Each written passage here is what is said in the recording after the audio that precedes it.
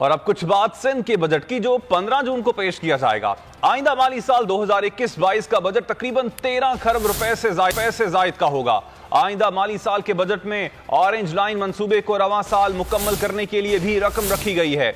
Karachi circular railway के रास्ते में पुल और अंडरपासेस की तामीर के लिए बजट में 5 अरब रुपए मुख्तस करने की तजवीज भी पेश कर दी गई है।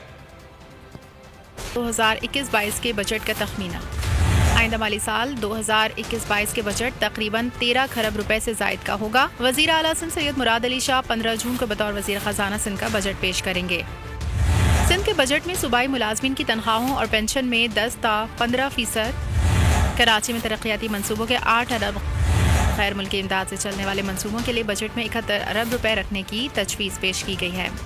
आइंदा माली साल के बजट में ऑरेंज लाइन मंसूबे को रवां साल मुकम्मल करने के लिए भी रकम रखी गई है। सर्कुलर रेलवे के रास्ते में पुल और अंडरपासेस की तामीर के लिए बजट में 5 अरब रुपए मुख्तस करने की तजवीज़ पेश की गई है। तरक्याती बजट में तालीम के शोबे के लिए 26 अरब से जायद रकम,